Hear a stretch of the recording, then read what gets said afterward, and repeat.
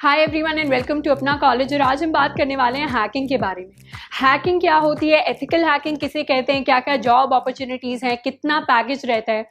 उसके साथ साथ आपको अगर खुद एथिकल हैकिंग सीखनी है तो आप कैसे सीख सकते हैं। इसमें यार सबसे पहले डिस्कस करते हैं कि हैकिंग क्या होती है।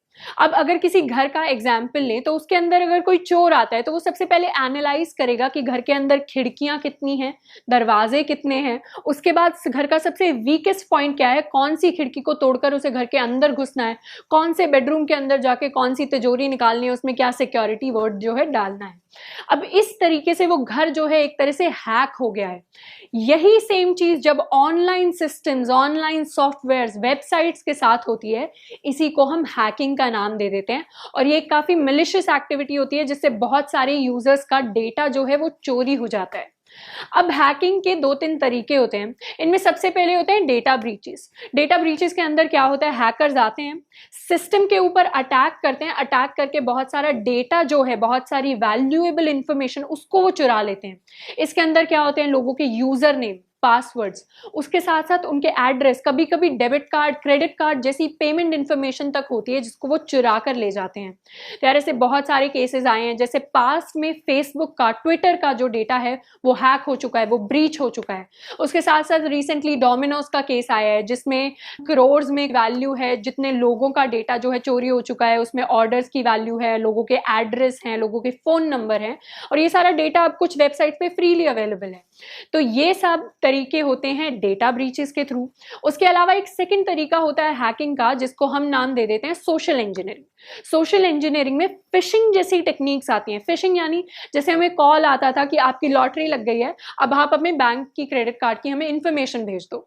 वैसा ही कुछ फिशिंग में होता है जिसमें हम कोई ऐप डाउनलोड कर लेते हैं, कोई सॉफ्टवेयर डाल लेते हैं, या कुछ कुछ अपनी इंफॉर्मेशन सिस्टम की प्रोवाइड कर देते हैं हैकर को। अब जब भी हम कोई मिलिशियस ऐप, मिलिशियस सॉफ्टवेयर अपने लैपटॉप के अंदर, फोन के अंदर डालते हैं तो वो इंस्टॉल हो जाता है। उसके बाद क्या होता है, उसके अंदर रैट होता है जो सॉफ्टवेयर में हमारे इंस्टॉल होकर हमारे सिस्टम की सारी इंफॉर्मेशन, हमारी नेटवर्क की सारी इंफॉर्मेशन दे देता है हैकर को। अब तीसरा तरीका यार जिससे हैकिंग होती है उसको हम कहते हैं मैन इन द मिडल। अब हम कहीं कहीं पब्लिक वाईफाईज को शेयर कर रहे होते हैं। अब इन पब्लिक वाईफाईज को शेयर करते टाइम जब भी हम अनसिक्योर्ड वेबसाइट्स पर जाते हैं जो HTTP प्रोटोकॉल यूज करती हैं, इन वेबसाइट्स पर क्या होता है, अगर हम इनको एक्सेस करते हैं तो वहां पर कोई भी हैकर हमारे सिस्टम को बहुत आसानी से जो है अटैक कर सकता है। तो इससे बचने के क्या तरीके हैं, हम सिर्फ सिक्योर्ड वेबसाइट्स यानी जो HTTPS नाम का प्रोटोकॉल करती हैं उन पर ब्राउज करें। उसके साथ साथ HTTP यूज करना है तो VPN, वर्चुअल प्राइवेट नेटवर्क जैसी चीजों को हम यूज कर रहे हैं, उनका इस्तेमाल कर रहे हो, तो हम हैकिंग से खुद को थोड़ा बहुत प्रिवेंट कर सकते हैं। तो ये सारे तरीके होते हैं यार हैकिंग करने के। अब कुछ कुछ हैकर्स होते हैं यार जो ऑर्गेनाइजेशंस या डिफरेंट सिस्टम्स को अटैक करते हैं, उनका डेटा चुराते हैं, उसके बाद शायद उनको ब्लैकमेल करते हैं या और मिलिशियस एक्टिविटीज करते हैं। तो ऐसे टाइप के हैकर्स को हम कहते हैं ब्लैक हैट हैकर्स, जो मिलिशियस एक्टिविटीज यूज करते हैं, क्रिमिनल एक्टिविटीज में इन्वॉल्व होते हैं।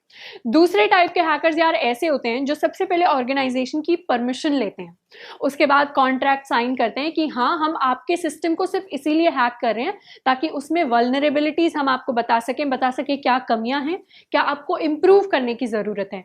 तो ऐसे टाइप के हैकर्स को यार हम व्हाइट हैट हैकर्स कहते हैं। और ऐसे टाइप के हैकर्स एथिकल हैकिंग, अच्छी हैकिंग में इन्वॉल्व रहते हैं।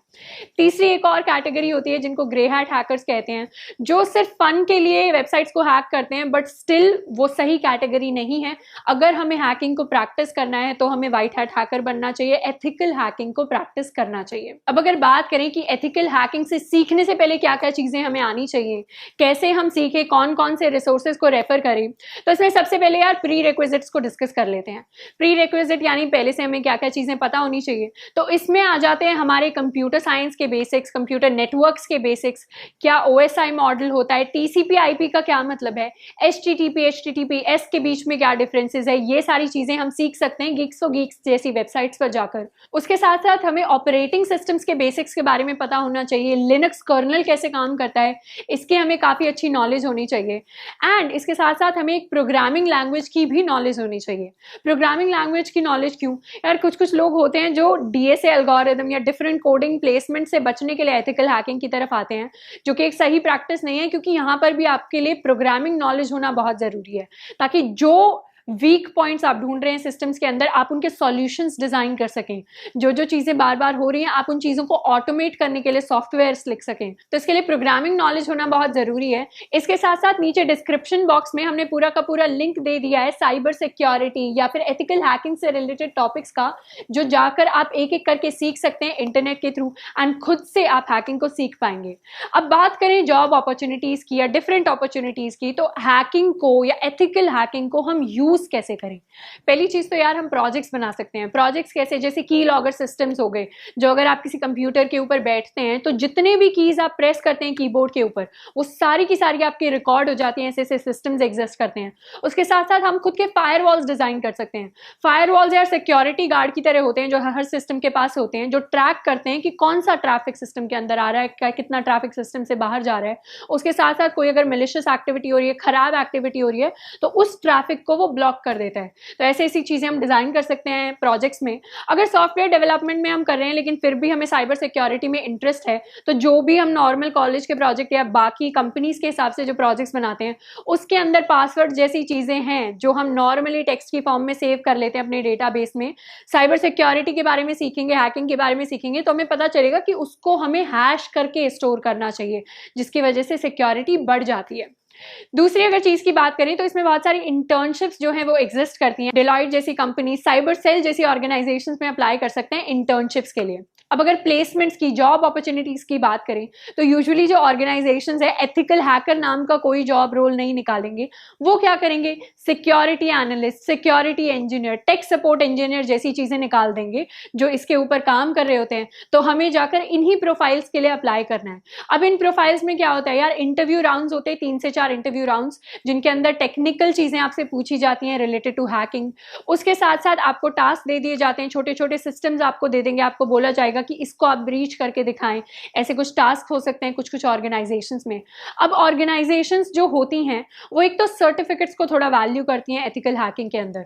सर्टिफिकेट्स जैसे CEH सर्टिफाइड एथिकल हैकर वाला सर्टिफिकेट हो गया, या हमारा SANS हो गया। इसके साथ साथ आप कंप्यूटर बैकग्राउंड से आ रहे हैं, टेक बैकग्राउंड से आ रहे हैं, यानी वो भी काफी मैटर करता है ऑर्गेनाइजेशंस के लिए। जैसे अगर BTech, BCA, BSc जैसे बैकग्राउंड से आप आ रहे हैं तो उसको यूजुअली हायर प्रेफरेंस मिलेगी एज कंपेयर टू कॉमर्स या आर्ट्स जैसे बैकग्राउंड से कोई स्टूडेंट आ रहा है। तो उस चीज का भी आपको थोड़ा ख्याल रखना है।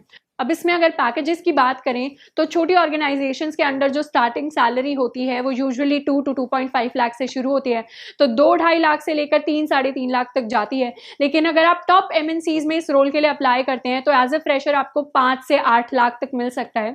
उसके बाद जैसे ही आपका एक्सपीरियंस बढ़ने लगता है तो 3 से 5 साल के एक्सपीरियंस के बाद यूजुअली अच्छी कंपनीज में सैलरी 10 से 15 तक बढ़ जाती है, एंड 8 से 10 साल के एक्सपीरियंस के बाद जो इंजीनियर्स हैं बहुत आराम से 20+ पैकेजेस लेकर जा सकते हैं एक अच्छे स्किल सेट के साथ।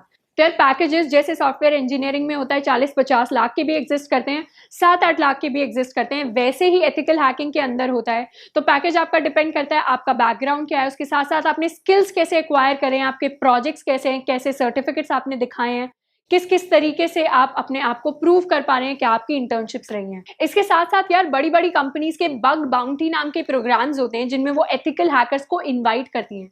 जैसे माइक्रोसॉफ्ट, ऊबर, फेसबुक, एप्पल जैसी कंपनीज ये प्रोग्राम्स चलाती हैं।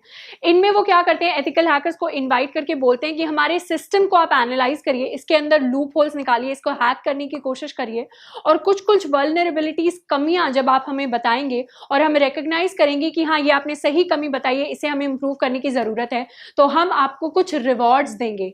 ये रिवॉर्ड्स यार कुछ कुछ कंपनीज में स्टार्ट होते हैं $10,000 से, यानी 7 लाख रुपए का आपको रिवॉर्ड, शुरुआती रिवॉर्ड जो है वो मिल सकता है। तो काफी अच्छी अमाउंट आप अर्न कर सकते हैं बग बाउंटी प्रोग्राम से। तो आज हैकिंग के बारे में, एथिकल हैकिंग के बारे में हमने काफी कुछ डिस्कस कर लिया है, एंड आई होप ये आपको हेल्प कर रहा होगा फ्यूचर में।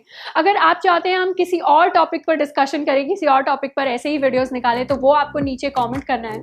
आज के लिए इतना ही, मिलते हैं नेक्स्ट वीडियो में। Till then keep learning and keep exploring.